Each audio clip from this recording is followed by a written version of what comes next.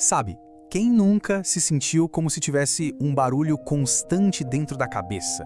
Aquela agitação, sabe, que simplesmente não deixa a gente encontrar a paz. Pois bem, hoje a nossa conversa é sobre essa jornada. A jornada para silenciar essa voz e, quem sabe, encontrar um pouco daquela calma que a gente tanto busca. E essa busca por paz interior nos leva a uma pergunta muito profunda. O que significa de verdade nascer de novo? Essa foi a pergunta que Jesus fez a Nicodemos lá atrás, no meio da noite, e é uma pergunta que, olha, atravessa os séculos e chega até nós. É porque ela toca num desejo que todo mundo tem lá no fundo, o de se renovar, de ter uma conexão mais íntima com Deus, de recomeçar. E veja bem, nascer de novo não é só mudar um hábito aqui, outro ali, não. É muito mais do que isso. É uma metamorfose completa, lá dentro. Uma obra da graça de Deus que convida a gente a deixar para trás o tal do homem velho. Só que essa transformação tão radical, ela exige a nossa parte, a nossa cooperação. O problema é que, nesse caminho para uma vida nova, a gente quase sempre encontra uma barreira interna. É como se fosse uma força que nos afasta da quietude, sabe? Da oração. É tipo uma correnteza que fica puxando a gente para longe da margem segura. E é aqui que a gente chega, sabe, no coração do problema. Os santos, os grandes mestres da vida espiritual, eles deram um nome para esse obstáculo. O nome é imaginação descontrolada. E eles deram um apelido para ela, um apelido bem direto, viu? Chamavam de a louca da casa. É uma imagem forte, não é verdade? Porque, vamos pensar, a imaginação em si é um dom incrível de Deus. É como se ele nos desse a capacidade de pintar quadros dentro da mente. O próprio Cristo, ele usava parábolas, não é? Histórias visuais para nos ensinar. Mas, e aí vem o mas, o que acontece quando esse pintor super talentoso que mora dentro de nós resolve criar o que dá na telha sem seguir nenhum mestre? Bem, o resultado é o caos interior. E as consequências disso, na vida real, no dia a dia, nossa, são devastadoras.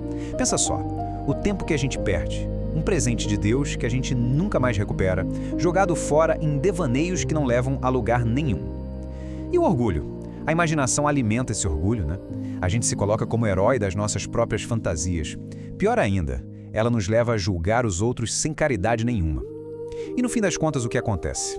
O barulho interno fica tão alto, que o nosso coração esfria. E a voz de Deus vira só um sussurro bem distante. Tá, então qual é a solução para isso? A tradição da igreja nos dá uma palavra que, eu sei, pode soar meio dura hoje em dia: mortificação.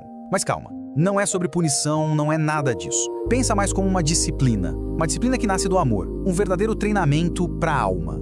A mortificação interior é basicamente isso, o ato de colocar as rédeas nas nossas faculdades. É como dizer para a imaginação, para a memória, para o pensamento: ei, vamos com calma. É disciplinar tudo isso para criar um espaço de silêncio, um espaço onde a vida de Cristo possa, de verdade, crescer dentro da gente. E aqui, olha, tem um ponto que é fundamental entender. Isso não é uma luta negativa, sabe? Aquela coisa de ficar só se preocupando com o pecado. Não, é uma ação positiva que acontece no terreno do amor. É uma escolha ativa de querer estar na presença de Deus em vez de se deixar levar pela distração, pela vaidade. Então, no fundo, a escolha é nossa. A gente pode deixar a louca da casa solta no comando e ela vai nos levar para onde? Para a distração, para a tentação.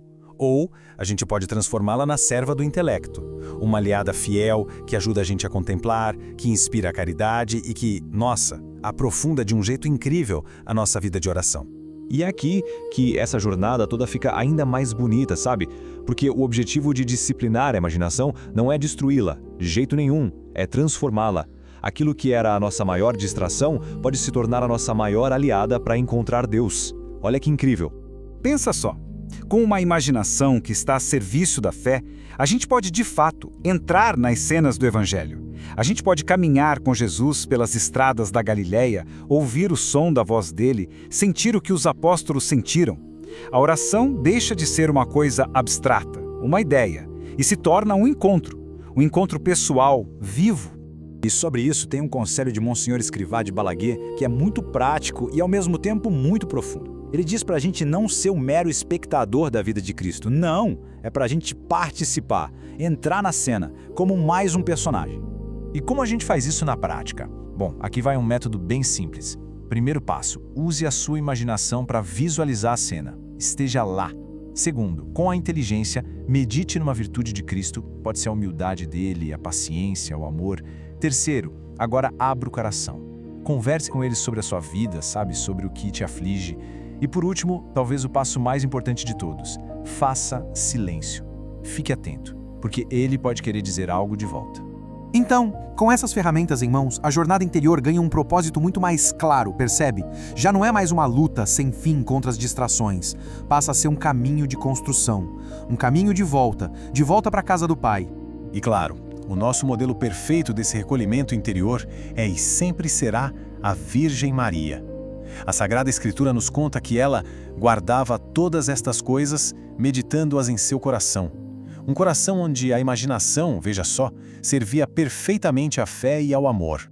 Então, para a gente terminar a nossa reflexão de hoje, a pergunta não é sobre um grande plano mirabolante, é sobre um único e pequeno passo. O que pode ser feito, agora, hoje, para começar a transformar a louca da casa na serva fiel da alma. Louvado seja nosso Senhor Jesus Cristo. Para sempre seja louvado.